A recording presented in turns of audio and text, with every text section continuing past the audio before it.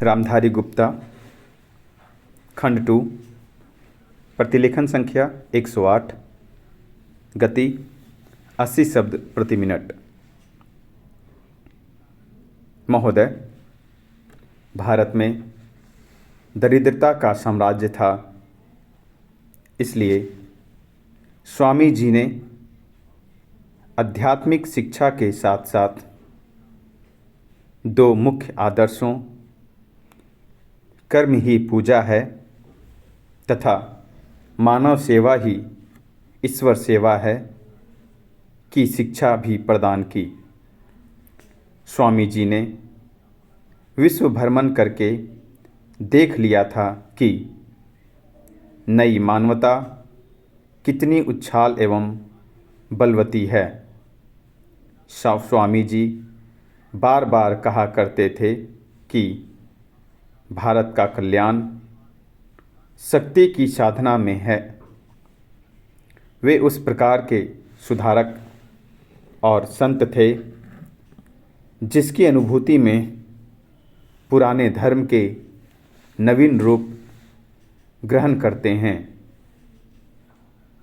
सच्ची ईशोपासना यह है कि हमें अपने मानव बंधुओं की सेवा में समर्पित कर देना चाहिए।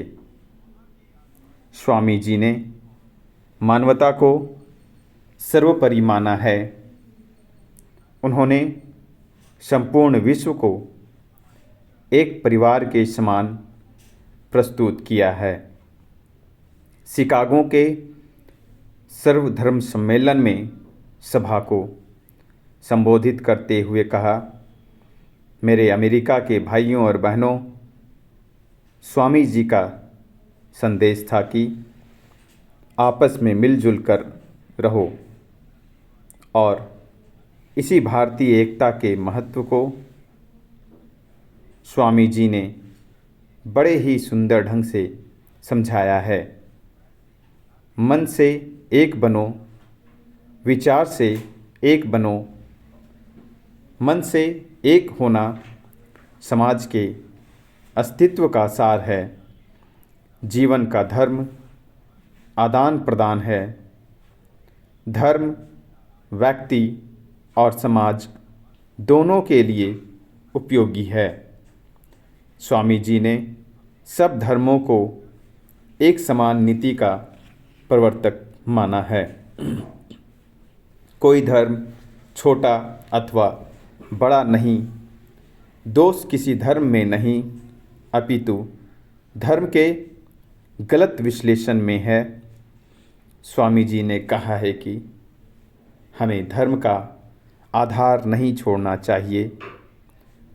याद रखो, यदि तुम पाश्चात्य भौतिकवादी सभ्यता के चक्कर में पड़कर आध्यात्मिकता का आधार त्याग दोगे तो उसका परिणाम होगा कि 3 पीढ़ियों में तुम्हारा जातीय अस्तित्व मिट जाएगा, क्योंकि राष्ट्र का मेरुदंड टूट जाएगा।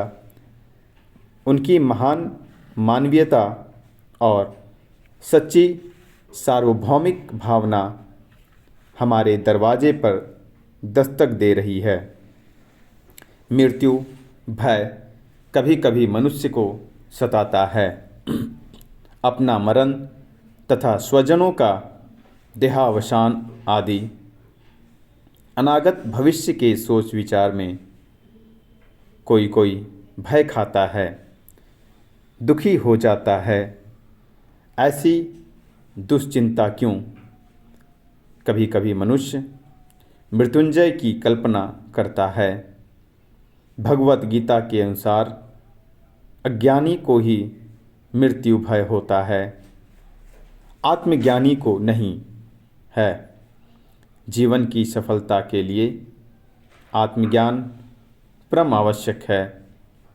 आत्मज्ञानी का मन सुदृढ़ हो जाता है, उसे मृत्यु भय नहीं होता है।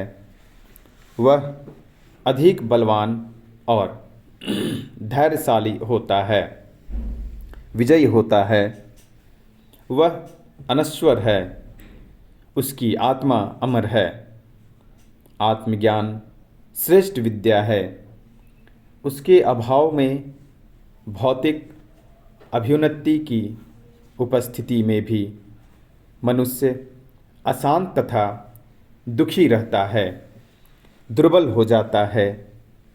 अतः इस वैज्ञानिक युग में आत्मज्ञान की आवश्यकता प्रत्येक स्त्री पुरुष को अनिवार्य है।